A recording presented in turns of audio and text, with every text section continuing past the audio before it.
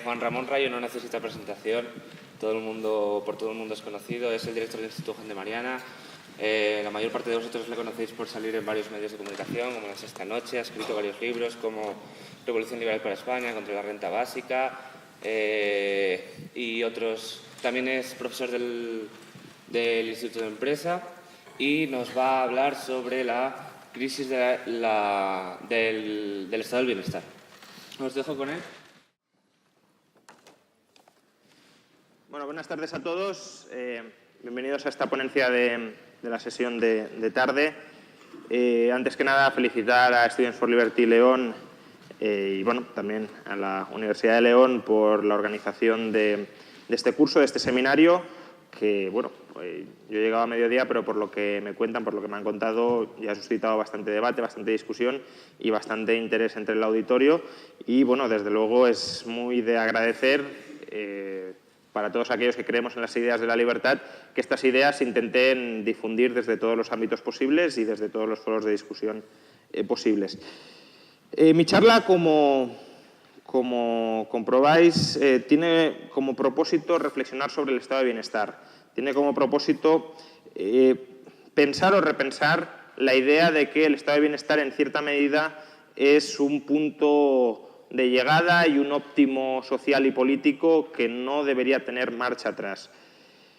Básicamente, por estado de bienestar, la idea de estado de bienestar que voy a discutir es un estado que cope entre el 45 y el 50 o el 60% del Producto Interior Bruto, que es el modelo de estado que tenemos en la mayor parte de los países europeos, y que se encargue, por tanto, de la provisión de sectores tan importantes como la educación, la sanidad, las pensiones, la dependencia o una cierta redistribución de la renta para garantizar o para proporcionar aquello que se llama igualdad de oportunidades.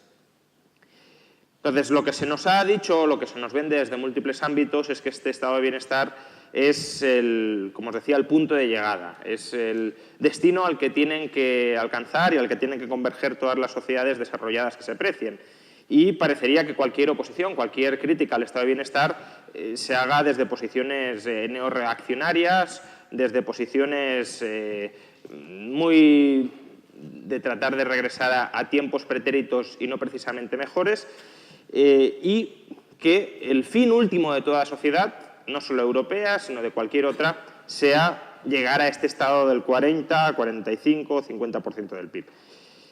Esta tesis, la tesis de que el estado de bienestar es el punto de llegada, es el destino al que tenemos que dirigirnos por necesidad y que es el estado natural de cualquier sociedad mínimamente desarrollada, es una tesis históricamente falsa, básicamente porque todas las sociedades que ha habido en la historia de la humanidad se han desarrollado sin estado de bienestar. Europa se desarrolló sin estado de bienestar.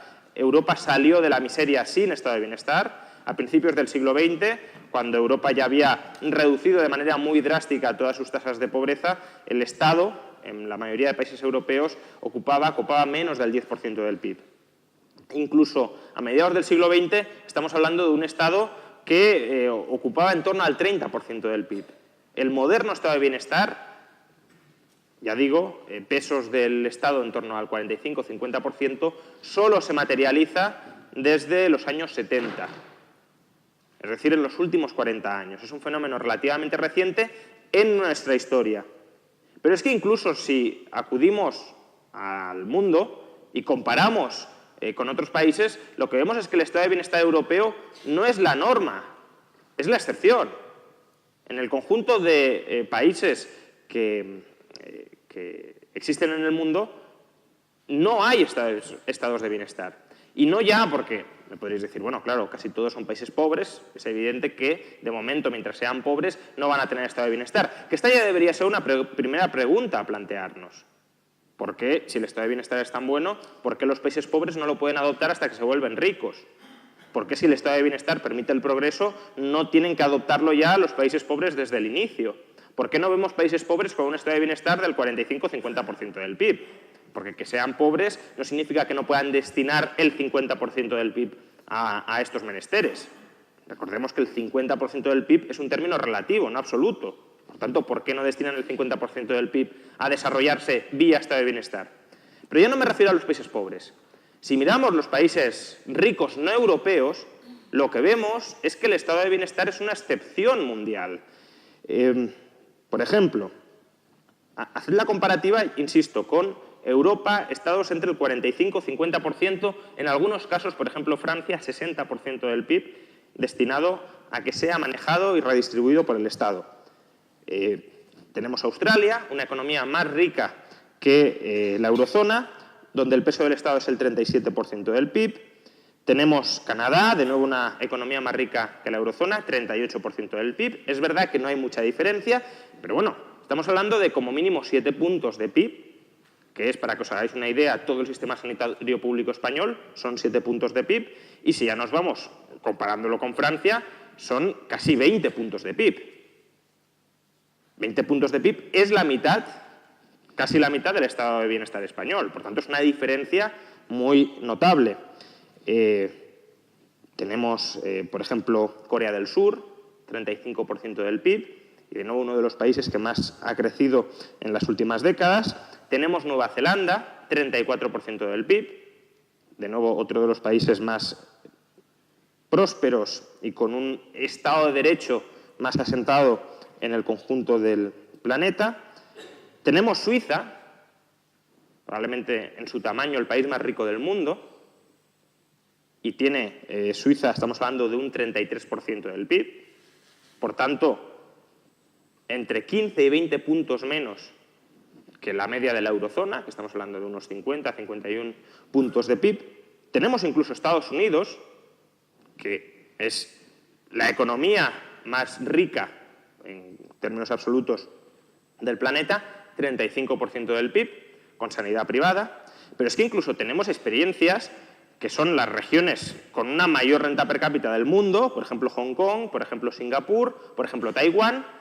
Estamos hablando de rentas per cápita, en el caso de Singapur, de $83.000 en términos de poder adquisitivo equivalente, Hong Kong $51.000, Taiwán $46.000, y en todos estos casos estamos hablando de estados que copan menos del 20% del PIB. Por supuesto, en todos estos países que os he citado, la tasa de paro está en el pleno empleo, los salarios son crecientes conforme se incrementa la inversión empresarial y, por tanto, vemos cómo hay sociedades alrededor del mundo donde, lejos de imperar el dogma del estado de bienestar, lo que imperan son organizaciones estatales muy distintas al aparente consenso europeo y, en algunos casos, radicalmente distintas, como Singapur, Hong Kong o Taiwán, países, estados con menos del 20% del gasto destinado al sector público y, por tanto, con muchos más recursos destinados a la economía privada. Porque no os fijéis solo en lo que ocupa o en lo que pesa el sector público en la economía. Pensad en lo que pesa además el sector privado. Es decir, que en Singapur el Estado cope el 18% del PIB y en Europa cope el 50%, significa que en Singapur hay 32 puntos más del PIB que están siendo manejados íntegramente por el sector privado, dispuestos a generar riqueza, dispuestos a mejorar el crecimiento y la prosperidad de esas economías. Y no son manejados, como ahora vamos a ver, por un ejército de burócratas, de políticos, que desde luego no los dedican, en la mayoría de los casos, a potenciar ningún tipo de crecimiento, sino a asegurarse la creación de redes clientelares para mantenerse en el poder político. Entonces, si claramente en el contexto mundial el estado de bienestar no es un dogma que hayan adoptado todos los países, ni siquiera se observa una tendencia necesaria a que los países converjan hacia él, porque sí, es verdad que Singapur ha ido cambiando su modelo de Estado, ha ido introduciendo algunas regulaciones, pero en ningún caso se está planteando que Singapur empiece a gastar y gastar y gastar y gastar para equipararse a un Estado europeo. Por tanto, si en el conjunto del planeta no observamos ninguna tendencia hacia el estado de bienestar, si observamos que las economías que se tienen que desarrollar no pueden fundamentarse, no pueden basarse en el estado de bienestar, si observamos que las economías más desarrolladas, más dinámicas, más pujantes del planeta no tienen un estado de bienestar europeo, ¿por qué ese aparente dogma de que el fin de la historia es el estado de bienestar? Y bueno, por supuesto aquí podemos lanzar hipótesis, pero bueno, a mí se me ocurren tres, probablemente haya más. Es decir, ¿por qué ese pensamiento único de que el estado de bienestar es el destino hacia el que tenemos que converger todos? La primera, claramente el consenso socialdemócrata vigente en Occidente. Se habla mucho sobre el pensamiento único neoliberal, y en realidad el pensamiento único dominante, absolutamente predominante en nuestras sociedades, es la socialdemocracia. Socialdemocracia como defensa de un modelo de Estado de bienestar como el que hemos mencionado, es decir, 40, 45, 50% del PIB. De ese paradigma no se sale nadie. Desde luego en política no se sale nadie. Al Partido Popular, por ejemplo, le han acusado de aplicar múltiples recortes exagerados al estado de bienestar. Bueno, el gasto público está en el 43% del PIB. Los recortes que ha aplicado el Partido Popular no son para desmantelar el estado de bienestar, son para consolidar el estado de bienestar. Eran recortes de esto se cae a menos que tratemos de introducir cierta racionalidad que nos permita mantener este modelo de estado sobredimensionado sin recurrir a un ciclo de endeudamiento que nos abocaba a la bancarrota. Es como un gestor que quiere que sobreviva la empresa y empieza a mantener cierta racionalidad interna. Pero no era un gestor que quisiera disolver la empresa, era un gestor que venía a poner en funcionamiento la empresa. Por tanto, dentro de la política española, dentro de la política europea, el consenso del estado de bienestar y de la socialdemocracia es absoluto. Por tanto, esa es una primera explicación. Estar dentro de un paradigma, estar dentro de una tradición de pensamiento que no mira hacia afuera, porque, desde luego, salirse del grupo, salirse de la masa, tiene costes a la hora de mantener un cierto círculo de intelectualidad, un cierto círculo de amistad con aquellas personas que piensan como tú.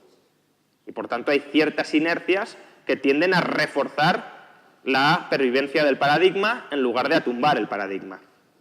Otra posible explicación es que muchos de aquellos intelectuales o profesionales que deberían estar criticando el estado de bienestar y planteando alternativas al estado de bienestar, en realidad están viviendo del estado de bienestar. Es decir, profesores universitarios, médicos, que serían personas que deberían decir, esto no funciona bien, hay otra forma de hacer las cosas, hay otra forma mejor de hacer las cosas. Bueno, consciente o inconscientemente, están recibiendo sus ingresos del estado de bienestar. Y eso genera unas dinámicas y unos incentivos verdaderamente perversos a la hora de querer salir de la caverna y querer explorar otros horizontes que no sean aquellos en los que han terminado coincidiendo tus intereses personales.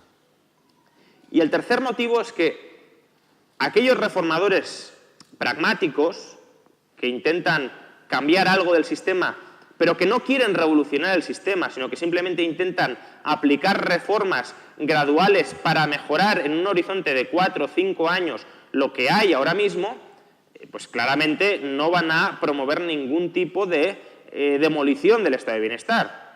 Porque el estado de bienestar, uno de los problemas que tiene, como luego vamos a comentar, es que es muy complicado de cambiar, es muy complicado de sustituir por otra cosa, porque hay una ingente cantidad de obligaciones ya asumidas y, por tanto, no es algo que podamos quitar de la noche a la mañana. Y desde esa perspectiva, aquellas personas que llegan a la política y que quieren introducir algún cambio, evidentemente el horizonte que tienen es de 4 años y no se plantean la posibilidad de hacer un cambio a 20, 25 o 30 años, que es el horizonte en el que deberíamos movernos para plantear una alternativa al estado de bienestar. Es decir, el estado de bienestar está muy enquistado, tanto intelectual como por incentivos personales, como por horizontes programáticos de la política.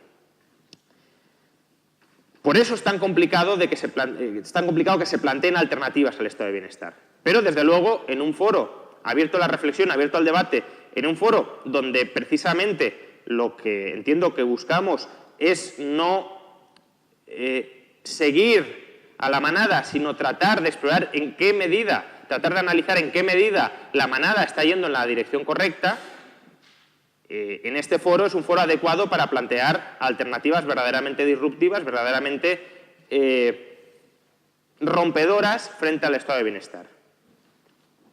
Y desde luego, si aspiramos, como yo aspiro y desde luego me encantaría, que haya una revolución en materia de modelo político, económico, social en Occidente, es decir, que haya un abandono del estado de bienestar y una sustitución por otro paradigma radicalmente distinto que no se base en el estado de bienestar, que no se base en el bienestar del Estado, sino en una sociedad de bienestar, una sociedad donde el bienestar dependa de las personas, de los ahorradores, de los ciudadanos y no de los políticos que les quitan su renta a esos ciudadanos y que luego la gastan y la distribuyen como ellos consideran más oportuno.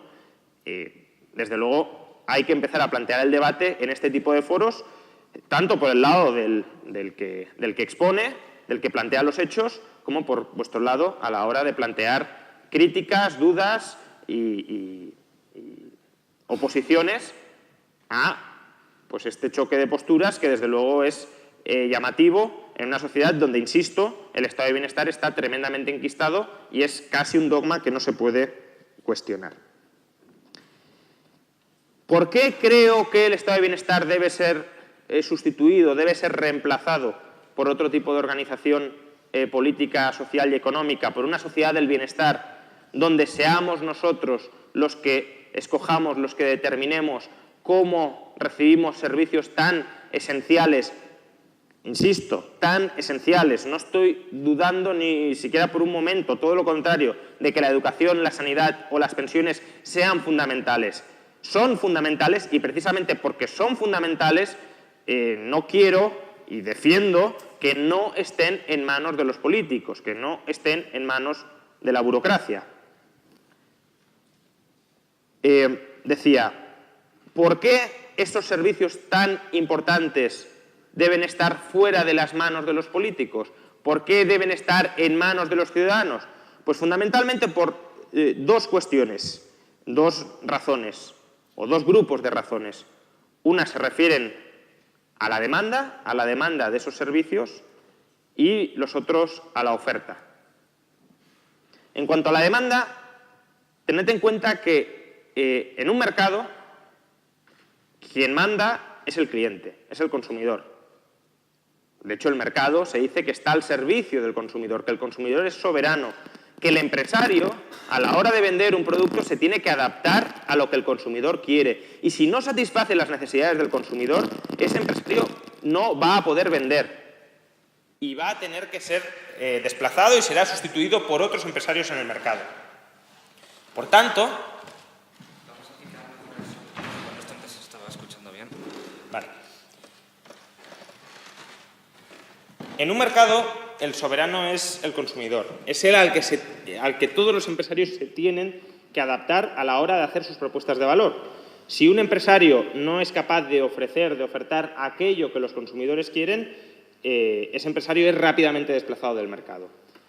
Cuando son los políticos quienes deciden cómo se gasta el dinero de los contribuyentes, quien manda no es el consumidor, el soberano no es el consumidor. El soberano es quien maneja el dinero del consumidor, el dinero del ciudadano, que no lo ha obtenido porque el consumidor, el ciudadano, el cliente se lo haya dado. Se lo ha quitado y lo ha obtenido por la fuerza. Eso es precisamente un impuesto. La exacción de un porcentaje de la renta de los ciudadanos, no porque los ciudadanos crean que ese político es el mejor gestor al que confiarle esos fondos, sino porque viven en un sistema que les obliga a ceder cada ejercicio cerca del 50% de sus ingresos. Pues bien, si en lugar de ser el ciudadano quien maneja esos ingresos, son manejados por políticos y burócratas, es decir, políticos que confeccionan el presupuesto y burócratas, funcionarios en sentido amplio, en cada uno de los ministerios y en cada uno de los niveles administrativos que administran esos fondos según considera más oportuno, los servicios como la educación, la sanidad, los servicios de dependencia quedan al servicio no del consumidor, no del ciudadano, sino de los intereses de esa burocracia que es quien administra y quien organiza y quien dispone cómo deben utilizarse los medios materiales para proveer esos servicios. Por tanto, por una simple cuestión de demanda, el estado de bienestar traslada el poder desde el ciudadano al político y al funcionario. El estado de bienestar es una especie de proveedor del que todos somos cautivos. Aunque queramos consumir sanidad, pensiones, educación, el estado de bienestar nos obliga a consumirlo a través del estado de bienestar. Por supuesto me podéis decir, no, pero hay alternativas privadas, hay escuelas privadas, hay hospitales privados, hay fondos de pensiones privados. Es verdad, afortunadamente no han prohibido la posibilidad de que otros oferentes también compitan y también ofrezcan alternativas mejores. Pero es una competencia que está absolutamente falseada. No solo porque en esos proveedores también están sometidos a fuertes regulaciones a los que les obligan a someterse al modelo de negocio típico que marca el burócrata, sino porque al final los ciudadanos ya han pagado por sus servicios para el estado de bienestar, ya han cedido la mitad de sus ingresos al estado de bienestar y, evidentemente, si se plantean ir a alternativas privadas, será volviendo a pagar por ellos. Por tanto, las clases medias, desde luego, no tienen en general capacidad económica para pagar los servicios del estado de bienestar, que no pueden decidir dejar de pagarlos y pagar adicionalmente los servicios de educación privada, sanidad privada, pensiones privadas. Por tanto, en la medida en que las rentas de los ciudadanos son secuestradas por los políticos, administradas por los políticos, son los políticos y sus lobbies internos, es decir, los funcionarios de esos respectivos sectores, los que deciden cómo se suministran esos servicios. No son los ciudadanos, son políticos y funcionarios. ¿Y cuál es el problema de esto? Pues el problema es múltiples, pero ya de entrada pensad que la demanda de servicios de sanidad, de educación, de pensiones, no es una demanda única, no es una demanda homogénea, es una demanda plural, es una demanda heterogénea. Los distintos ciudadanos tienen distintas preferencias con respecto a la educación que quieren, a la sanidad que quieren, a las pensiones que quieren.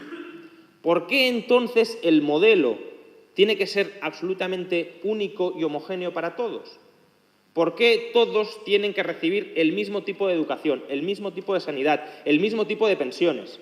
¿Por qué las condiciones de cada uno de esos servicios tienen que ser las mismas para todos los ciudadanos, aunque grupos de ciudadanos tengan preferencias radicalmente distintas sobre cómo deben prestarse sus servicios? Por ejemplo, en materia educativa, ¿cuál es la organización óptima en educación? El programa, el currículum formativo óptimo en educación. ¿Cuántas horas de matemáticas tienen que enseñarse a la semana en los colegios de primaria? ¿Cuántas horas de historia? ¿Cuántas horas de filosofía? ¿Cuántas horas de latín? ¿Cuántas horas de griego? ¿Cuántas horas de educación física? ¿Cuántas horas de música? ¿Cuántas horas de arte? ¿Cómo confeccionamos el programa educativo óptimo para los ciudadanos? ¿Quién lo decide? ¿Los políticos y los funcionarios? ¿Los ciudadanos en su conjunto en una especie de democracia asamblearia? ¿O por qué no simplemente permitir que cada ciudadano demande aquel currículum que considera más adecuado para sus hijos? Aquel currículum que los propios estudiantes pueden considerar más adecuado con sus aptitudes y cualidades personales. ¿Por qué no permitimos que los ciudadanos, escogiendo unos colegios u otros, marquen un itinerario formativo u otro? ¿Por qué todos tienen que someterse al mismo patrón? Porque en la medida en que los niños y los adolescentes tienen intereses, tienen facultades que son muy diversas, Lo lógico sería que la oferta se adaptara a esas demandas diversas. No que se obligara a la demanda a que se plegara a la oferta de funcionarios y políticos, simplemente porque funcionarios y políticos quieren que la oferta sea de esa manera. Y pueden querer que sea de esa manera simplemente porque las cosas se han hecho siempre así y el coste de cambio es un coste muy grande. De nuevo, imaginad que se nos ocurriera que en las escuelas, antes, cuando he llegado, estabais discutiendo sobre los riesgos de la mecanización, la necesidad de conocer bien las máquinas. Imaginad que en los colegios nos planteáramos algo tan razonable, a mi entender, pero tan revolucionario dentro del sistema en el que estamos, como sería que los niños estudiaran programación. Al fin y al cabo, es el lenguaje al que se van a tener que enfrentar, o uno de los lenguajes al que se van a tener que enfrentar en el siglo XXI. Y dijéramos, bueno, vamos a cambiar o a quitar horas a cualquier asignatura que se os pueda ocurrir y vamos a añadírselas a programación. ¿Cuál creéis que sería la respuesta del profesorado ante ese cambio? Sería una respuesta de reacción absoluta. ¿Por qué? Porque, primero, algún profesorado, si quiere permanecer en el colegio, tendría que aprender programación, cuando él no la sabe. Y, desde luego, ese coste de aprendizaje es muy alto y lo soportarían esos profesores que tendrían que ser instruidos en ello. Y si no son los profesores instruidos en ello, es decir, si no son profesores que daban, pues imaginad, francés y se reciclan a dar programación, tendremos que contratar a un externo que sepa programación para que dé programación. Pero si colocamos a alguien a que dé programación a costa del que daba francés, ¿qué hacemos con el profesor que daba francés? Lo lógico sería despedirle, porque no va a prestar ya ningún servicio en el colegio. ¿Vosotros creéis que los profesores funcionarios que enseñen francés se van a quedar de brazos cruzados ante los políticos que traten de aprobar una reforma educativa donde se introduzca la programación a costa del francés en la reforma educativa? Evidentemente no. Saldrán a la calle en forma de mareas y dirán que se está comprometiendo el modelo de educación pública y el futuro de la educación para nuestros hijos. Y con la excusa de que la reforma es mala para los niños, estarán defendiendo y promoviendo sus intereses personales de que nada cambie dentro del sector. Otro debate a raíz de la educación que ha estado muy candente, deberes sí, deberes no. Bueno, yo no tengo la respuesta de sí, deberes no. Probablemente dependa de cada niño en particular si es mejor que coja una disciplina y, acabadas las horas de clase, siga haciendo deberes, o que, en cambio, si tiene una mente muy creativa y su propia dinámica le impulsa a aprender sobre asuntos muy diversos, que se le deje esa libertad y esa autonomía para que se alimente y se empape de conocimiento. ¿Deberes sí, deberes no? Pues a lo mejor colegios donde haya deberes sí y colegios donde haya deberes no. Pero para eso el modelo educativo no puede estar centralizado y planificado desde la Moncloa. El modelo educativo no puede estar en manos del Ministerio de Educación ni de las consejerías de Educación. Los colegios deben ser autónomos a la hora de hacer sus propuestas educativas para los padres, y los padres deben ser libres a la hora de escoger si quieren un colegio para sus hijos u otro. Es verdad que podéis plantear, y puede ser razonable plantear, bueno, tiene que haber unos estándares mínimos. Bien, pero los estándares mínimos son eso, mínimos, no máximos. Mínimos, pues que no se enseñen valores absolutamente disfuncionales de matar a la gente está bien, robar está bien, vale, unos mínimos. Pero si estamos hablando de mínimos, no hablemos de regular las horas de matemáticas, porque eso no son mínimos. O no hablemos de regular qué tipos de optativas tienen que haber en un colegio, porque eso no son mínimos. O no hablemos de regular las horas de clase, porque esa es otra. Es decir, ¿por qué el modelo de educación tiene que ser un modelo de escolarización? ¿Por qué, si uno de los dos padres se quiere quedar en casa, por ejemplo, y es un profesional cualificado para instruir a sus hijos, que es el modelo de educación tradicional y, además, el tradicional de la aristocracia, el de tener un tutor personalizado?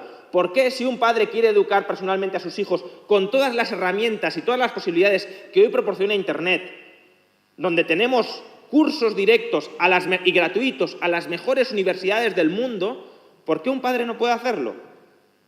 ¿Por qué está en una situación de alegalidad en España y se le podría llegar incluso a acusar de abandono de menores por el hecho de no escolarizar a sus hijos y estar todo el día con sus hijos enseñándoles en casa?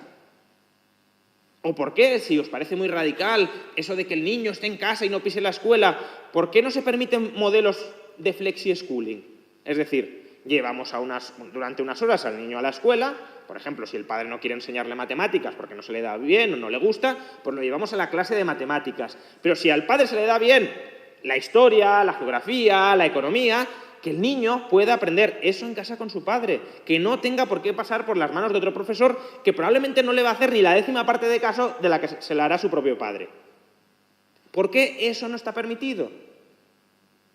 Pues esencialmente, una posible hipótesis, bueno, dos hipótesis. Una, que evidentemente el Estado quiere que todos los niños pasen por el programa que él ha diseñado para que todos tengan una mentalidad clónica y servil a sus intereses. Y dos, también, imaginad que el 20% de los niños, probablemente no serían tantos, pero imaginad que el 20% de los niños decidieran escolarizarse, o sea, no escolarizarse, sino educarse en casa. ¿Qué pasaría con las aulas de los colegios? Que se quedarían muy vacías. Y si se quedan muy vacías, ¿hace falta tanto profesorado? Y si no hace falta tanto profesorado, ¿cómo justificamos que se siga enchufando tanto dinero en educación manteniendo toda la burocracia educativa tal cual está configurada ahora? No se podría justificar. Por tanto, si la lógica de la burocracia es tener una clientela cautiva a la que supuestamente proporciona un servicio, la burocracia no puede permitir que esa clientela cautiva se le escape, porque entonces la propia justificación de la burocracia desaparece. Esto lo decía muy bien Gordon Tullock. Decía, la burocracia surge para solucionar un problema. Si el problema desaparece, la burocracia desaparece. Por tanto, la burocracia es la primera interesada en generar problemas que justifiquen su propia existencia. Pues aquí lo mismo.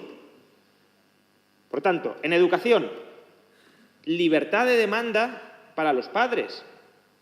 Que los padres puedan escoger un modelo educativo u otro, homeschooling, flexi-schooling, una escuela que enseñe en catalán, otra que enseñe en alemán, otra que enseñe en inglés, otra en castellano, en la lengua vehicular que sea, que tenga religión, que no la tenga, aquella religión, aquella otra, que haya deberes en casa, que no haya deberes en casa, que el horario sea partido, que el horario sea continuo. Es decir, ¿por qué todo eso tiene que estar regulado desde el sector público? ¿Por qué no dejamos que haya diferentes modelos que ofrecer a los padres? Sanidad. Se nos vende que tenemos en España el mejor sistema sanitario del mundo o uno de los mejores sistemas sanitarios del mundo. Y que, de hecho, el sistema sanitario europeo es indudablemente la referencia hacia la que todos los países del mundo quieren avanzar, que Estados Unidos siente envidia de Europa por su sistema sanitario y que, de hecho, si no avanza con mayor decisión hacia el sistema sanitario europeo es porque hay intereses de aseguradoras y está muy asentado el sistema privado.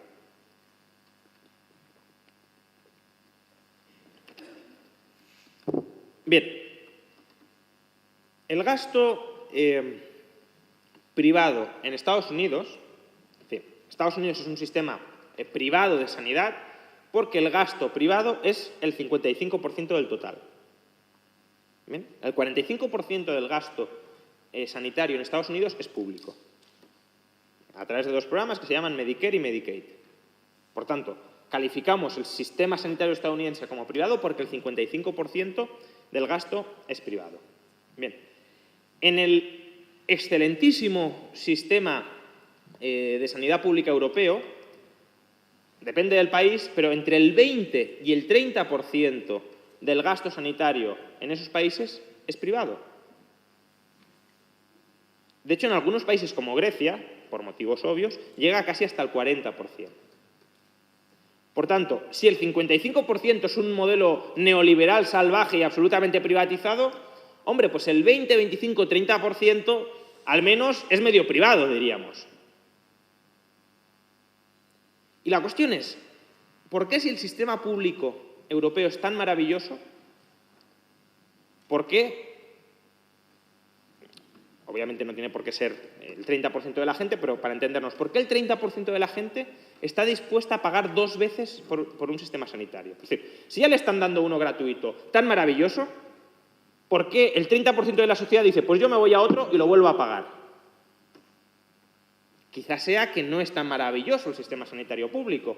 Quizás sea que, por ejemplo, el sistema sanitario público ahorra en costes a costa de reducir la cantidad de servicio que provee a sus ciudadanos en forma de listas de espera. Listas de espera que para ciertas especialidades superan los 100 días. 100 días de espera es tiempo, puede llegar a ser vidas, y en todo caso, si no son vidas, sí puede ser deterioro irreversible de la calidad de vida. Por tanto, ¿es razonable que la gente quiera acelerar su tratamiento? Por supuesto que lo es.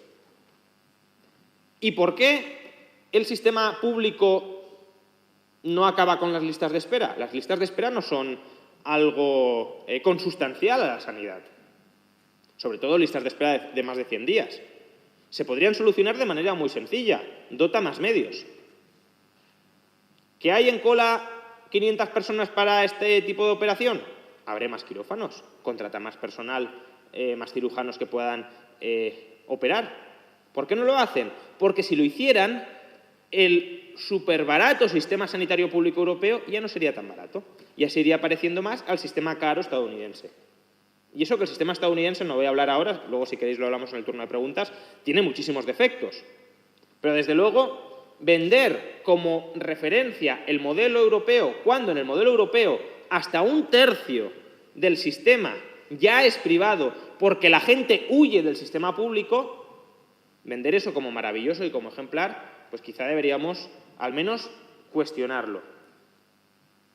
Una forma o uno de los motivos por los que se huye del sistema público, racionamiento de la cantidad de servicios. También de la calidad. No todas las especialidades están presentes en todas las provincias, ni muchísimo menos.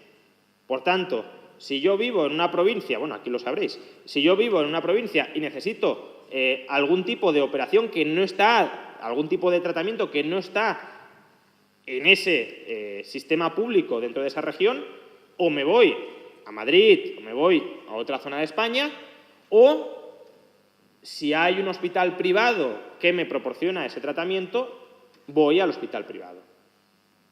Y luego, por supuesto, las diferencias en cuanto a comodidades. No es lo mismo un hacinado hospital público que un hospital privado donde, primero, el número de camas ya es menor. Es decir, si hacéis una comparativa entre hospitales públicos y privados, comprobaréis que en los hospitales privados hay muchas menos camas que en los públicos. ¿Por qué? Por mera cuestión de economías de escala.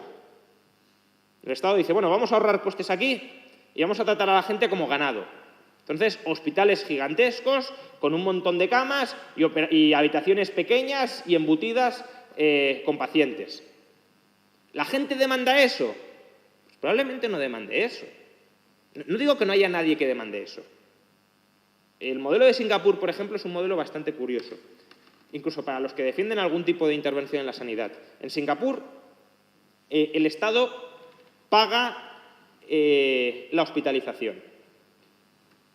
Pero paga la hospitalización básica. Es decir, si tú no tienes recursos, te paga una cama en una habitación con 8 pacientes. Y si tú quieres ir escalando y decir, bueno, yo no quiero una cama con 8 pacientes, quiero una con 4, pues te dice, vale, yo te pago el 80% de esa habitación. Y si uno dice, no, yo quiero con 2, vale, yo te pago el 60%. Y si ya uno dice, no, yo quiero una habitación individual, con televisión de plasma, etcétera, el Estado te dice, te la pagas tú. Pero, desde luego, lo que no tiene sentido es que todos tengan que cubrir el coste de un modelo que no quiere esa misma gente o mucha de esa gente. Y precisamente por eso escapan al sistema privado, ya habiendo pagado el público, por supuesto. Porque no es que yo me voy al privado y dejo de pagar el público, no, yo sigo pagando el público y me toca pagar doblemente el privado. Por no hablar, por último, de las pensiones, la demanda de jubilación de las personas.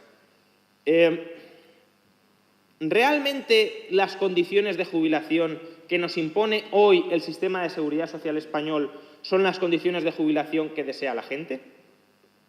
Pues muy probablemente no. Es decir, ¿la gente se quiere jubilar a los 67 años?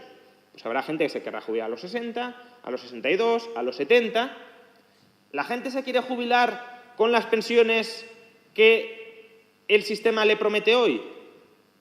Pues probablemente tampoco. Y si supiera las pensiones que va a terminar cobrando, seguro que no. ¿Hay posibilidad de modificar sustancialmente el plan de pensiones público que me obliga a adquirir la Seguridad Social española? No. Es un paquete cerrado y decidido y diseñado y confeccionado por los políticos. Y confeccionado por los políticos de manera nada inocente. De manera nada inocente porque ya sabéis que el caladero de votos del gobierno que siempre está en el poder, sea el Partido Popular o el Partido Socialista, son los pensionistas. Por tanto, los pensionistas son un granero de votos que hay que cuidar. Y se diseñan programas de jubilación pensando en los pensionistas, no pensando en los pensionistas del futuro. Es decir, no pensando en todos los que dentro de 20, 30 o 40 años os vayáis a jubilar estando aquí. Se piensa en los pensionistas que cobran la pensión hoy a una costa de los pensionistas futuros. Y se diseñan esos planes para maximizar el número de votos que se pueden cobrar. Que se pueden, cobrar o, sí, percibir. Por tanto, algo tan básico como la jubilación es algo absolutamente politizado simplemente porque lo maneja el Estado y simplemente porque el Estado lo maneja en interés de aquel partido que copa el Estado. Y ahí igual da Partido Popular, Partido Socialista, Podemos, todos harían un uso absolutamente electoralista de las pensiones. Todos lo han hecho y todos lo seguirán haciendo. Hoy mismo, por ejemplo, por citar a un partido que todavía no ha gobernado y que quizá se pueda pensar que tiene unas expectativas distintas, Íñigo Errejón estaba criticando en Twitter la publicidad de planes privados de pensiones, diciendo que ese tipo de publicidad generaba alarmismo sobre la sostenibilidad del sistema público. Es decir, básicamente está diciendo, no digáis que esto se cae, aunque se caiga, porque se nos acaba a nosotros el chiringuito. Básicamente estaba diciendo, sigamos con la mentira de que el sistema tal cual está configurado hoy es sostenible, porque si decimos lo contrario, a lo mejor la gente empieza a pensar que este sistema no es el mejor posible y a lo mejor nosotros dejamos de manejar el sistema. Planteaos cómo serían las elecciones si en lugar de tener 8 o 9 millones de pensionistas cuya totalidad de rentas o práctica totalidad de rentas depende de que el gobierno de turno siga pagando las pensiones, si en lugar de eso tuviéramos una sociedad de 8 o 9 millones de propietarios que percibieran sus rentas, pues, de su paquete de acciones en bolsa, de sus bonos públicos o corporativos, del alquiler de los inmuebles que hayan podido comprar ahorrando durante su vida laboral. ¿Cuán distinto sería el mensaje electoral? ¿Cuán distinto sería el comportamiento electoral? Si en lugar de poder repartir y de comprar el voto, tuviesen que gobernar pensando en que las acciones y las promesas de gobierno que efectúen van a repercutir sobre la riqueza de los pensionistas y esos pensionistas les van a exigir que no se carguen la riqueza del país. Por tanto, es un cambio radical de incentivos. Hoy los incentivos están colocados para manejar las pensiones a discreción del poder político. Con otro sistema de ahorro personal, de ahorro privado de cara a la jubilación, los incentivos estarían puestos para que el político respetara las bases de la creación de riqueza y de la prosperidad de un país. Bien,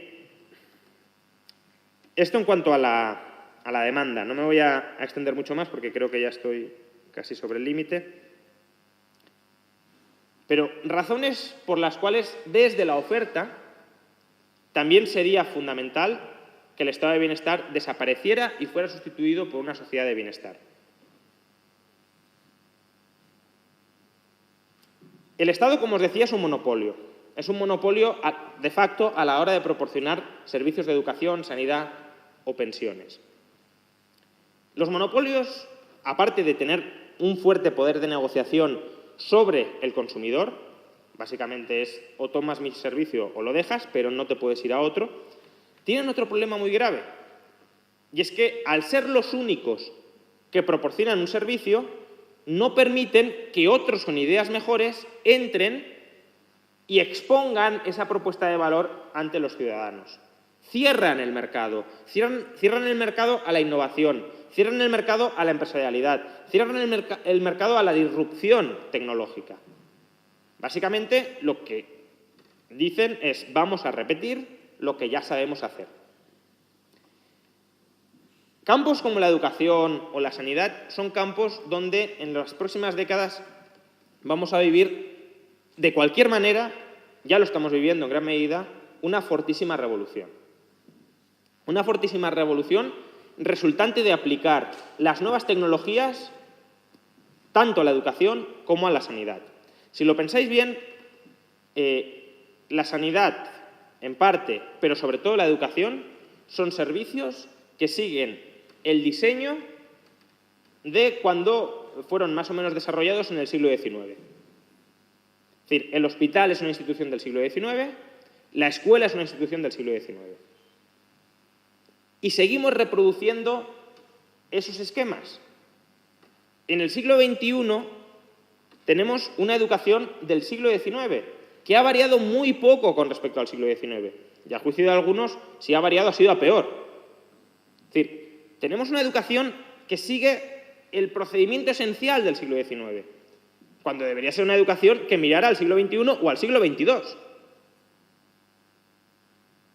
Ya no digo ni siquiera materialmente, que también. Es decir, pensad por un momento cuán distintas podrían ser las clases aplicando las nuevas tecnologías. Es decir, es que en el ámbito universitario, insisto, ya que estamos en una universidad, ya tenemos cursos gratuitos de las mejores universidades del mundo. Entonces, ¿qué sentido tiene que cada provincia de España tenga una universidad no plagada precisamente por los mejores, cuando, y con un coste extraordinario para el contribuyente, cuando a un clic de distancia tenemos acceso, insisto, a las mejores universidades del mundo y de manera gratuita? Y esto es una revolución, la revolución de la educación online, que está solo empezando. Y si no se desarrolla con mucha mayor potencia, es fundamentalmente porque no le dejan. Porque la educación sigue estando copada por el sector público y, por tanto, cualquier cambio, cualquier innovación se produce en la absoluta marginalidad y tratando de competir contra ese monstruo que es el sector público, cuando no, directamente el Estado la mata mediante la regulación y la obliga a someterse a unos corsés que no tienen ningún sentido. Entonces, abrir la educación al mercado es importante no solo para que la educación se ajuste a las demandas de los ciudadanos, que también, sino para que los empresarios puedan plantear ideas radicalmente nuevas con respecto a la educación o con respecto a la sanidad. Ideas que a lo mejor muchas de ellas son un disparate absolutamente grotesco, puede ser, pero si miráis la oferta de empresas que ha habido hasta la fecha, hasta llegar a las que tenemos hoy, muchas de ellas eran ofertas disparatadas y algunas de esas ofertas disparatadas han terminado triunfando. Entonces, evidentemente, si queremos revolucionar un sector, habrá que probar opciones muy diversas, habrá que experimentar con opciones muy diversas, habrá que permitir que la gente más extraña plantee ofertas de negocio muy diversas, porque en esa rareza encontraremos genialidades a la hora de solucionar problemas que tenemos hoy. Y quien dice la educación, insisto, también me sirve para la sanidad. Uno de los economistas probablemente más brillantes en el campo de educación, profesor de Harvard, que se llama Clayton Christensen, es un estudioso formidable sobre cómo la innovación disruptiva cambia la estructura de mercado de las sociedades y se carga los monopolios asentados. Esa es su idea fundamental. Bueno, él tiene un libro sobre cómo debería ser, a su juicio, claro, la sanidad del siglo XXI. Cómo la disrupción debería llegar a la sanidad del siglo XXI. Y bueno, es un libro que es muy, muy interesante, pero la idea fundamental o la propuesta fundamental, atención para que veáis la magnitud de la ruptura que podría llegar a suponer simplemente que se dejara experimentar, él propone, y no es un chalado, él propone que lo primero que habría que hacer es cerrar todos los hospitales. Porque cree que los hospitales son una institución del siglo XIX que concentra modelos de negocio que son radicalmente distintos. Por un lado están lo que podríamos llamar laboratorios, que es cómo damos solución a enfermedades para las que todavía no tenemos solución, y ahí el modelo de negocio es uno, que es juntar profesionales de muy distintos campos para que con su enfoque vayan trabajando horas y horas y horas en dar la mejor respuesta posible a un paciente en concreto. Es algo más parecido a un despacho de abogados. Y luego el otro modelo es la cadena de montaje. Tratamientos para enfermedades que ya están absolutamente estandarizados, que es básicamente abrir y cerrar, abrir y cerrar, abrir y cerrar. Fijaos que en uno lo que cuenta es el valor que es capaz de aportar cada profesional, el mejor profesional en su campo y en su disciplina. La forma de remunerar ese laboratorio o ese despacho es justamente por el tiempo que dedican, las horas que dedican a buscar una solución específica. No se puede dar un precio cerrado de antemano, sino que es un precio que, según vayan prestando y desarrollando el servicio, se va configurando. En cambio, el modelo de abrir, cerrar, el modelo de la cadena de montaje es un modelo que básicamente se tiene que automatizar, que es muy escalable en el sentido de que es muy reproducible muchísimas veces y que sí, por ejemplo, puede dar un precio cerrado. Puede decir, esta operación cuesta tanto, punto. Porque ya sabemos lo que hay que hacer y ya sabemos el tiempo que nos va a tomar. Entonces, él propone separar esos dos modelos en centros distintos. Bien, ahora plantearos, desde la sanidad pública, imaginad que un político lee el libro de Christensen y dice, me convence esta propuesta. Yo, sinceramente, no sé si es la mejor propuesta. Yo digo que es una propuesta que, hombre, la dice un tipo que ha estudiado mucho el campo, que es un tío muy inteligente, muy sensato, y a lo mejor tiene razón, pero a lo mejor no. Pero imaginad que un político llega y dice, vale, yo quiero aplicar esto. ¿Creéis que algún político español, bueno, o de cualquier parte del mundo, podría salir a la palestra y decir, bueno, mi propuesta sanitaria es cerrar los hospitales? Que a lo mejor, insisto, es lo que hay que hacer. ¿Lo podría hacer? No. Ni tampoco es la forma de hacer las cosas. La forma de hacer las cosas no es situarse desde el púlpito y decir, bueno, todos los hospitales cerrados. La forma de hacer las cosas es distinta. Si tú crees que es mejor un modelo de negocio con prestaciones separadas, créalo. Lo creas en una localidad perdida de España, en un almacén, si hace falta, a muy bajo coste, y empiezas a ver el éxito que tienes. Y si tienes éxito, empezarás a crecer, empezarás a conseguir recursos y empezarás a replicar ese modelo de negocio en otras localidades. Y conforme vaya teniendo éxito, la gente, en lugar de ir a los hospitales, irá a tu clínica. Y justamente, conforme la gente vaya cambiando a tu clínica, los hospitales se irán vaciando y se irán cerrando ellos solitos. No tendrás que llegar tú y decir, tú te cierras. Y yo voy a diseñar otro modelo para toda España radicalmente distinto al que tenemos hoy.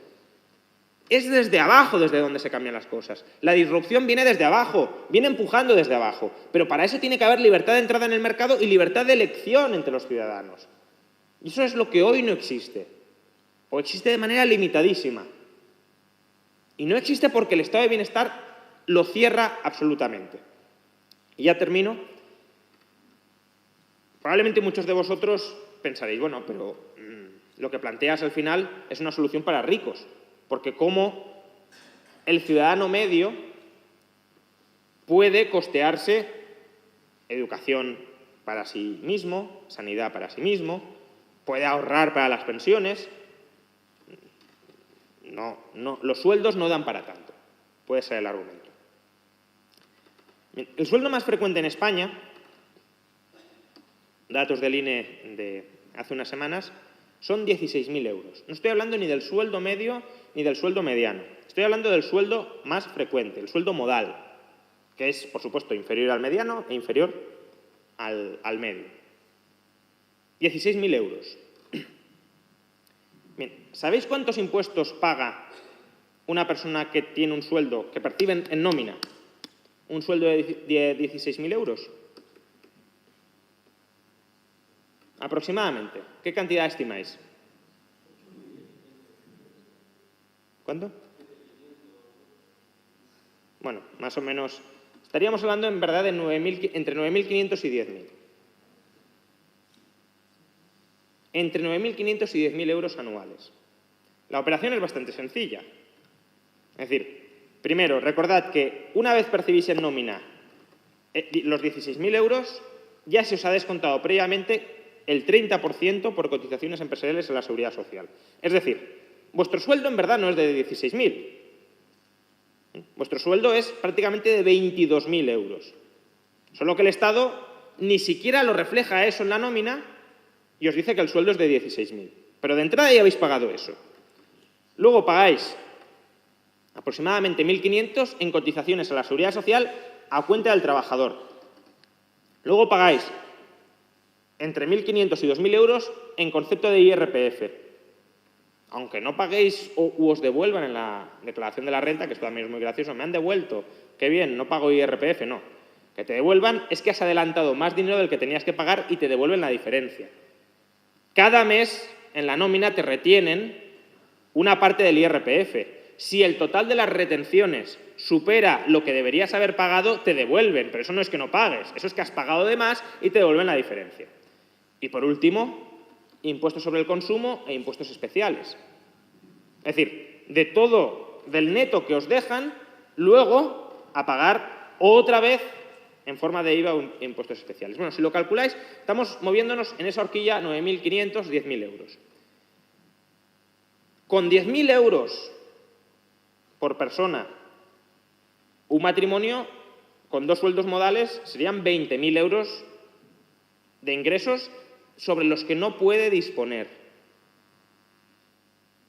Y estamos hablando de sueldos modales. Si nos vamos a sueldos medianos o medios, que lo normal es que conforme vayamos ascendiendo en la vida laboral, vayamos mejorando el sueldo, las cantidades todavía son más aberrantes.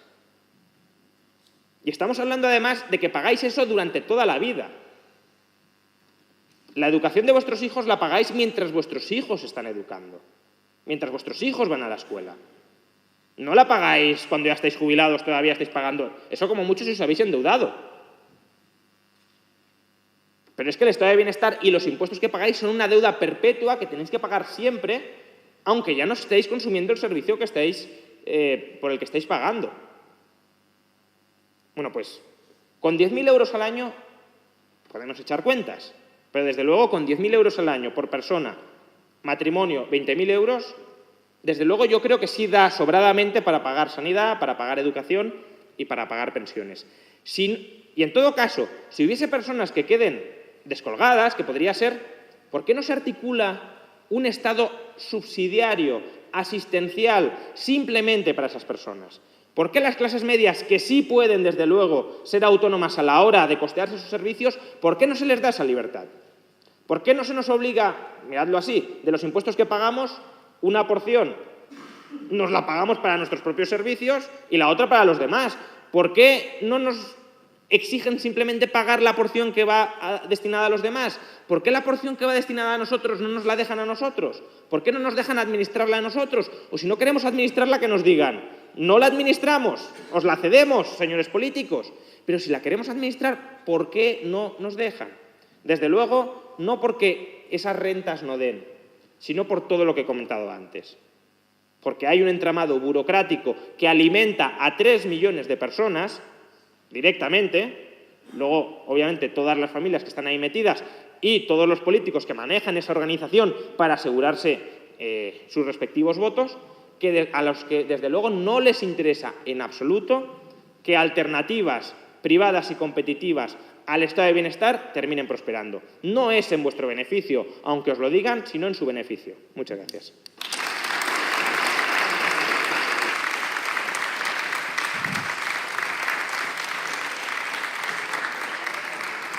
Bueno, muchas gracias, Rayo, por tu presentación. Nos acabas de perfilar los puntos fundamentales de tu libro Revolución Liberal para España, que podéis adquirir en el relleno de la escalera, que acaba de venir el librero. Luego habrá tiempo de que lo firme, de poder hablar con él y demás. Ahora abrimos el turno de preguntas. Vamos a intentar estirarlo lo máximo posible. Vamos un poco mal de tiempo, pero bueno, vamos a ir intentando adaptarlo más o menos. Entonces, ¿quién quiere hacer preguntas? Empezamos por aquí. Gracias. Para usted, según he oído otras veces, la educación es una inversión. Pero para invertir hay que ahorrar. Y para ahorrar hay que trabajar. La tendencia actual es que ahora, si no estás formado, no puedes trabajar, no puedes hacer el mercado de trabajo, con lo cual al final no puedes hacer la educación. ¿Podría ser una solución el pago en diferido, como se hace en las universidades británicas? Bueno, es que yo disputo el presupuesto básico.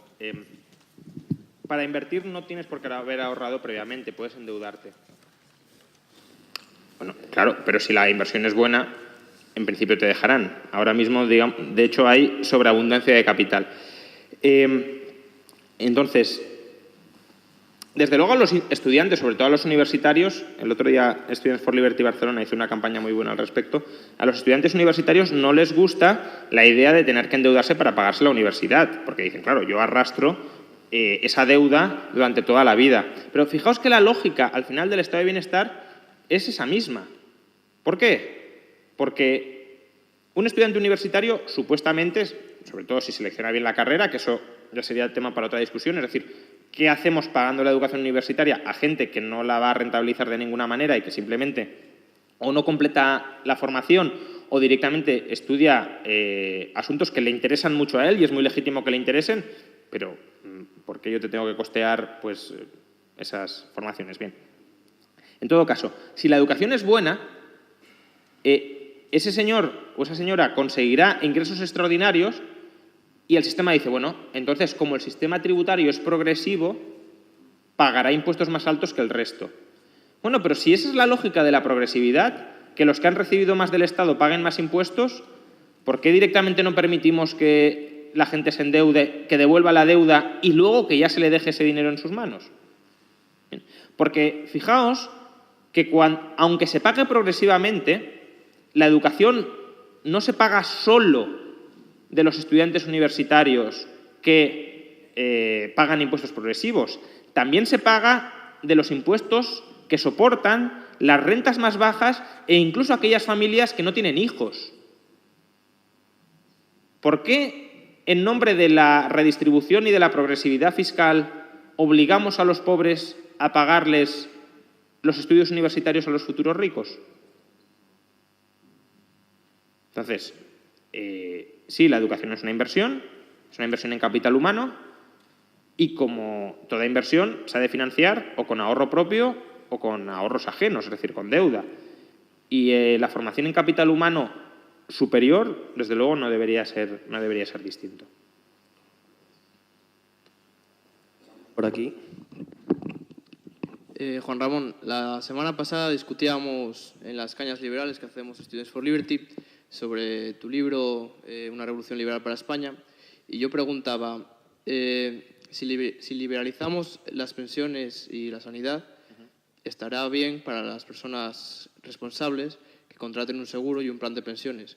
Sin embargo, ¿cómo hacemos para que ese fondo subsidiario del que tú hablas no sea un incentivo para que ciertas personas se ahorren ese dinero, esos seguros o ese plan de pensiones? A ver, idealmente el fondo subsidiario, lo que pasa que es verdad que hay problemas ahí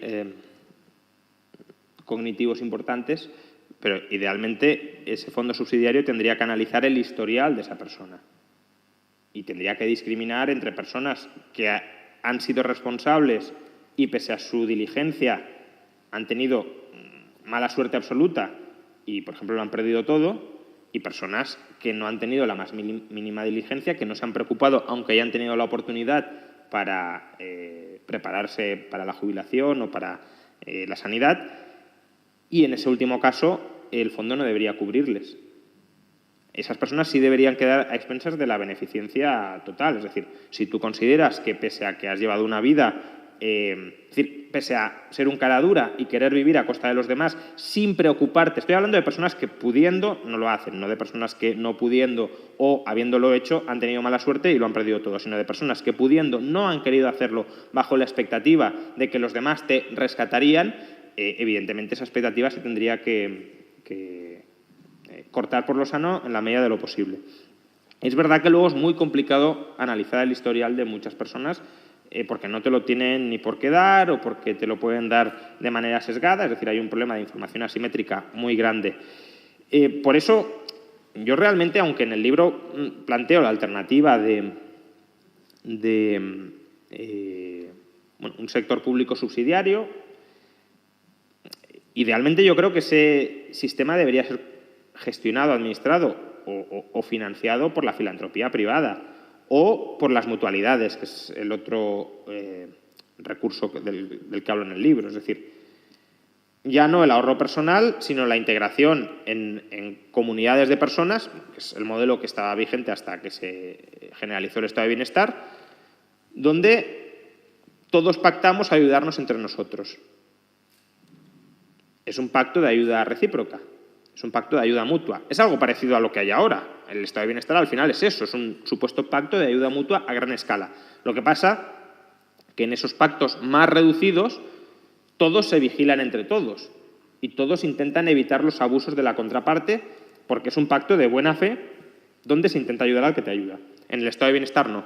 El estado de bienestar se burocratiza y se generaliza como un derecho incondicional el recibir ciertas prestaciones de los demás. Y a partir de ahí, evidentemente, el riesgo moral es más que evidente. Por tanto, si queremos eliminar al máximo ese riesgo moral, habría que trasladar esa gestión al sector privado porque será él el que tenga mayor capacidad e incentivos para discriminar adecuadamente entre personas que, ya digo, no han tenido la ocasión o habiéndola tenido han experimentado muy mala suerte y personas que directamente han tenido un comportamiento absolutamente negligente. Lo primero, enhorabuena por la charla, estoy de acuerdo en todo. Yo creo que en general... ¿Todo en todo? Más o menos sí. Yo creo que en general, en el ámbito liberal, más o menos hay consenso en torno a esto, dejar más libertad a la gente y que el Estado controle en general estos ámbitos menos. Pero ¿cómo metemos la cuña? ¿Cómo empezamos a conseguir que estas ideas se empiecen a dar en la realidad? ¿Tiene que ser a través de la difusión para convencer a toda la gente o también hay que hacer más actividad política? Y luego, aprovechando que no hay un socialdemócrata cortándote constantemente, ¿cuál es para ti un salario digno?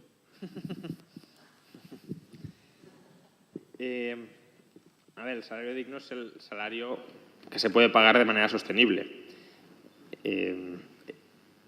Obviamente todos queremos que los salarios sean lo más altos posibles, ¿no? Eso es una obviedad y, de hecho, dudar acerca de eso yo creo que dice bastante poco de la otra persona porque está presuponiendo maldad en uno o está presuponiendo que los dos no tenemos un objetivo compartido y es que la sociedad sea lo mejor posible. Simplemente no estamos de acuerdo en cuáles son los mecanismos para lograr esa sociedad mejor, ¿no? Los medios. Bueno, yo creo en la división del trabajo. Yo y prácticamente todos los liberales creemos en la división del trabajo y la división del trabajo en parte intenta aprovechar las especialidades que tiene cada uno a la hora de efectuar ese trabajo. Entonces, en el campo de las ideas yo también creo en la división del trabajo. Por tanto, ¿hay un modelo único para divulgar las ideas? En absoluto. Hay 20.000 caminos para divulgar las ideas. También entrando en la política. A mí la política me desagrada y me repele absolutamente. Es decir, creo que es algo bastante ruin incluso.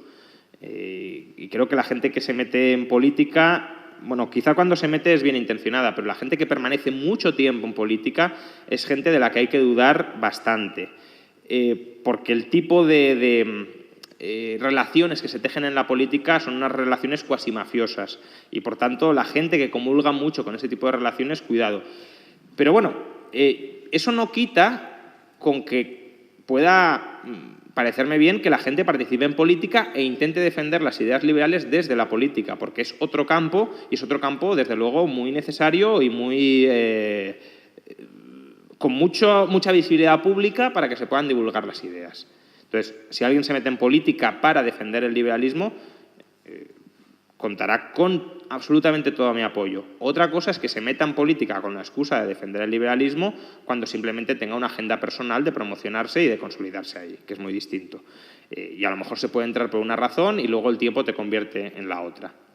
Por eso también, como decía Jefferson, hay que estar permanentemente vigilando. El precio de la libertad es la vigilancia permanente, también con respecto a los defensores de la libertad. Y no solo en política, también el resto. Es decir, todos somos potencialmente corrompibles y, por tanto, todos tenemos que estar permanentemente vigilados.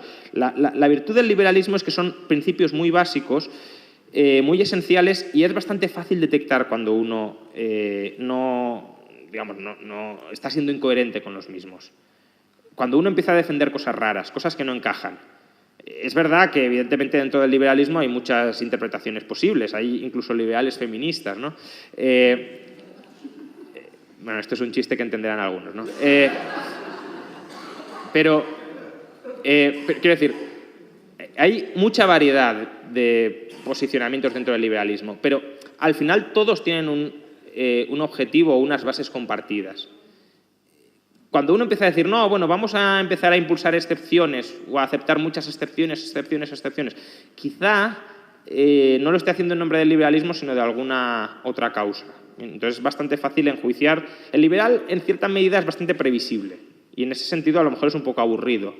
Se nos suele acusar incluso de dogmáticos. Es que tenéis 4 fórmulas para todo y como con eso... Bueno, quizá, pero eso también te da cierta previsibilidad en lo que estás diciendo. Y cuando empiezas a decir cosas que no tienen sentido con respecto a la coherencia de valores básicos que tú mantienes, pues, bueno, que se puede hablar, pero claro, cuando esa incoherencia es sistemática en muchos campos, cuidado. Entonces, sí, bueno, utilizar todos los medios que conozcamos y en los que nos podamos mover para divulgar el liberalismo.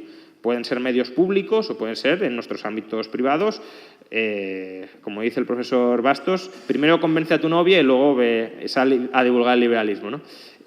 Bueno, quiero decir, a los amigos, a la familia, a los conocidos y también, si no, desde los medios públicos, por supuesto. Buenas, Juan Ramón. Quería preguntarle si usted cree que la única forma de garantizar la libertad de un individuo sería la abolición del Estado.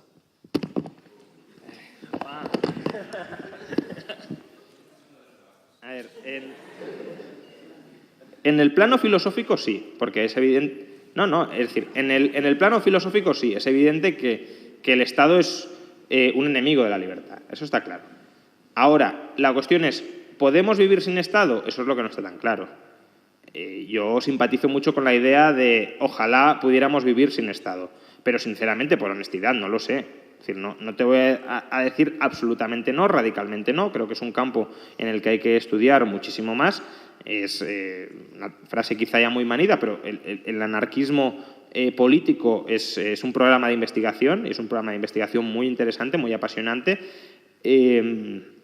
La Universidad George Mason, por ejemplo, están tratando de desarrollar aspectos dentro de ese campo, pero creo que antes de uno poder decir con bastante confianza que podemos vivir sin Estado, se necesitan muchísimas más pruebas, muchísimas más evidencias y muchísimos más modelos de los que tenemos hoy, que hoy prácticamente no tenemos nada más allá de una cierta querencia de que eso sea así, pero más allá de eso, insisto. Es decir, a diferencia de en sanidad, educación, pensiones, donde tenemos muchísima evidencia, tenemos muchísimos motivos para pensar que son perfectamente viables sin Estado, la defensa, la seguridad, la justicia penal, la civil es evidente que sí, pero la justicia penal no está tan claro que pueda ser sin Estado. No digo que no, pero no está tan claro. Y lo que sí digo es, si hubiese una forma mínimamente viable y funcional de que eso funcionara sin Estado, evidentemente lo más compatible con el liberalismo sería defender que fuera provisto sin Estado, porque si tú puedes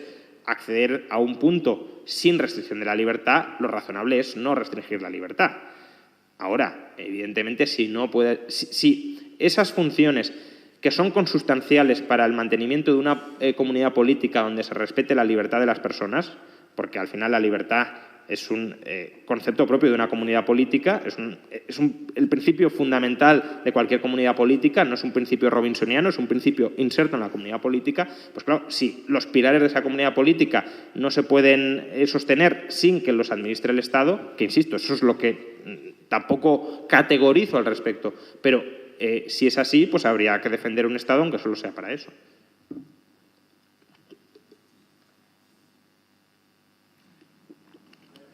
Has mencionado sobre que estás seguro de que al menos los tres partidos más grandes en tema de pensiones estarían de mantener el sistema actual. Yo diría que el cuarto también, porque tuve la posibilidad en un momento de preguntarle al Gurú Económico de Ciudadanos qué pensaba sobre el sistema de capitalización, y su respuesta fue de que aunque está de acuerdo, la transición sería tan dura que no es viable. Quisiera saber si tú crees que en el contexto español sería viable esta transición y qué se haría con las personas que les tocaría ser pensionistas actualmente. Estoy de acuerdo. Lo que pasa que, a ver, los políticos, también en este caso imagino que te estés refiriendo a Luis Garicano, los políticos son muy maquiavélicos.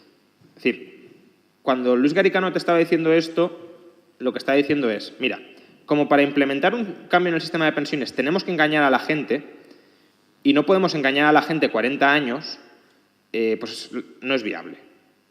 Entonces, eso es una cuestión. Es decir, evidentemente, si la mayoría de la población no quiere un sistema de capitalización, no lo vas a poder implantar. Ahí no hay, tomando un poco las ideas disparatadas en general, pero bueno, en este caso quizá aplicables de Naomi Klein, ahí no hay doctrina del shock posible. Es decir, ahí no puedes ganar las elecciones con un mensaje, llegar al poder y decir, bueno, ahora por decreto lo cambio de la noche a la mañana y ya os acostumbréis todos y lo aceptáis. No, eso en el sistema de pensiones en España no es viable. Es verdad que se requeriría una transición 30 a 40 años. Por tanto, una sociedad que esté dispuesta a digerir esa transición tiene que ser una sociedad que quiera esa transición. Pero evidentemente eso te lo dirá un político que vive de engañar a la gente, o que su manera de actuar es engañar a la gente, que son todos, no estoy diciendo que eso sea el procedimiento de Ciudadanos, es el de todos los partidos. De hecho, si no engañas, te desplazan.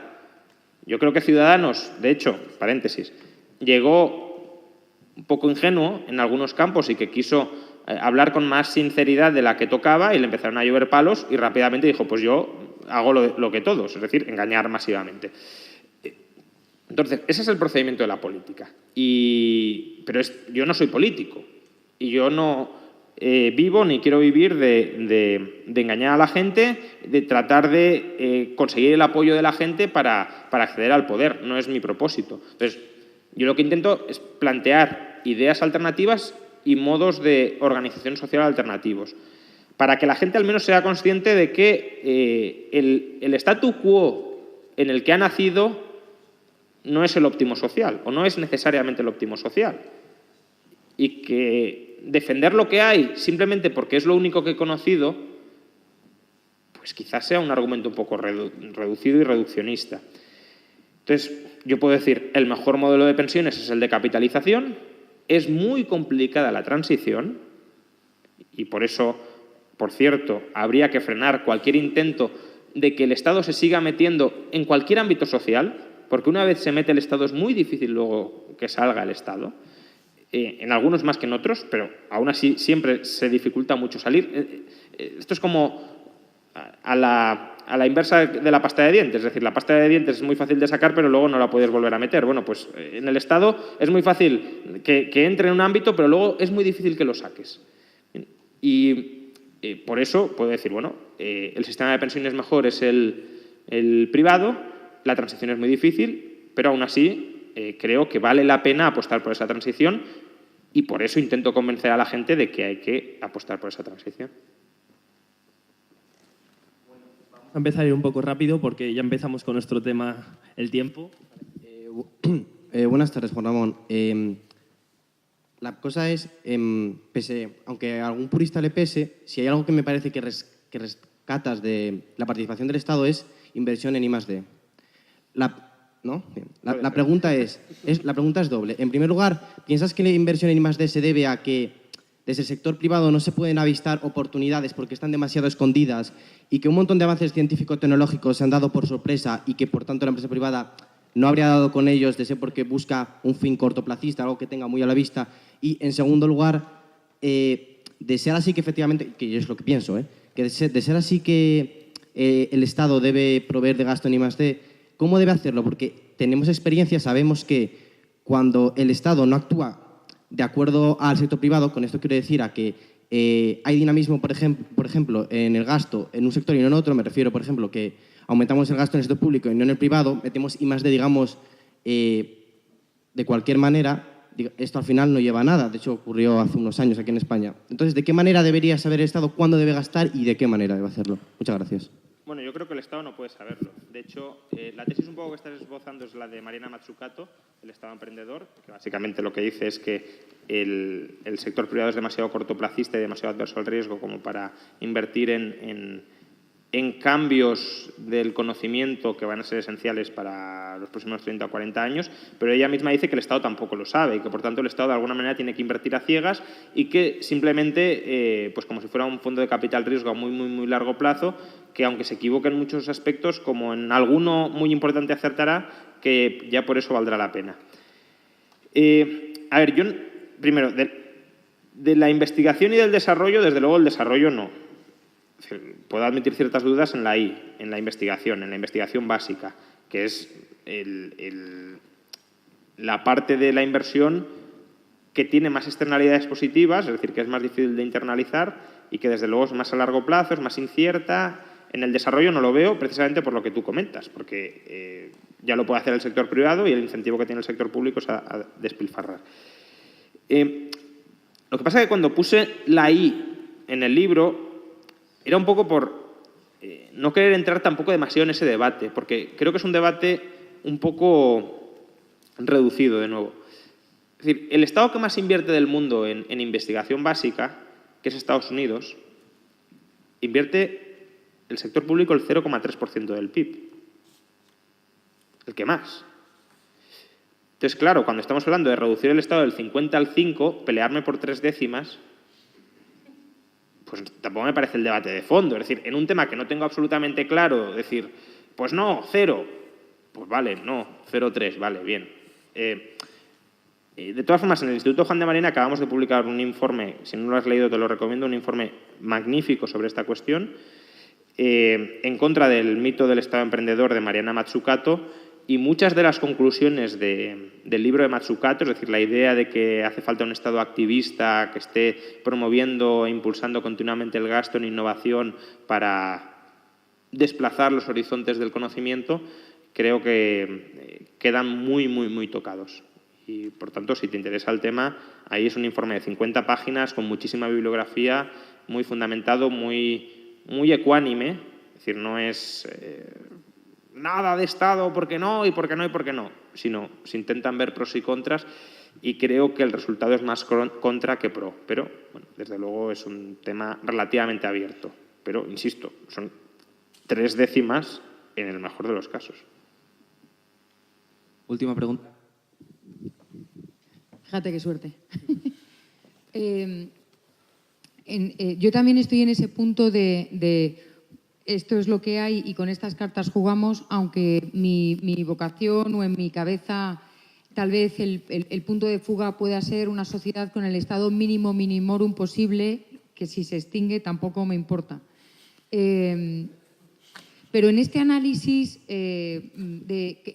posibilista, sí, en el sentido de cómo hacemos para reducir el Estado y hasta qué punto y hasta dónde podemos llegar, etcétera, ¿no crees tú que muchas veces, tal vez por pereza política o porque ya sabemos lo que nos van a decir y quién nos va a utilizar y todas estas cosas, pero ¿no crees tú que muchas veces dejamos un poco de lado la importancia del tamaño de la unidad de gestión política a la hora de establecer, sea un Estado mínimo o un gobierno mínimo o sea un Estado anarcocapitalista?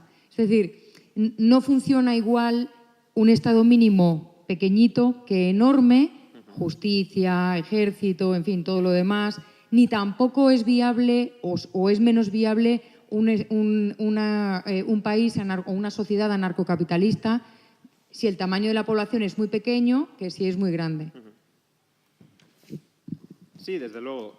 Lo que pasa que, es decir, yo soy muy pro descentralización al máximo. Es decir, incluso en ocasiones el cantón se me puede quedar muy grande. Entonces, la verdad es que a mí no se me ocurren muchos problemas de acción colectiva, salvo la defensa, que requieran una unidad de gestión política mayor que el cantón o que la ciudad.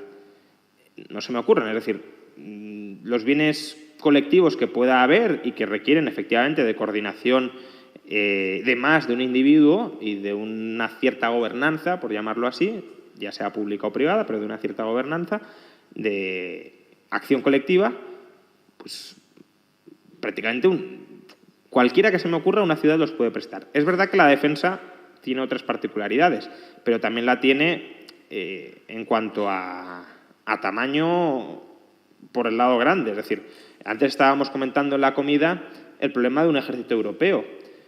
Pues hombre, vale, a lo mejor la unidad de gestión militar óptima para defender Europa es un ejército europeo y no 25 ejércitos nacionales, vale, pero si el ejército europeo está financiado sobre todo por Alemania y hay un ataque a España, simultáneo a España y a Alemania, ¿hacia dónde se irá el ejército?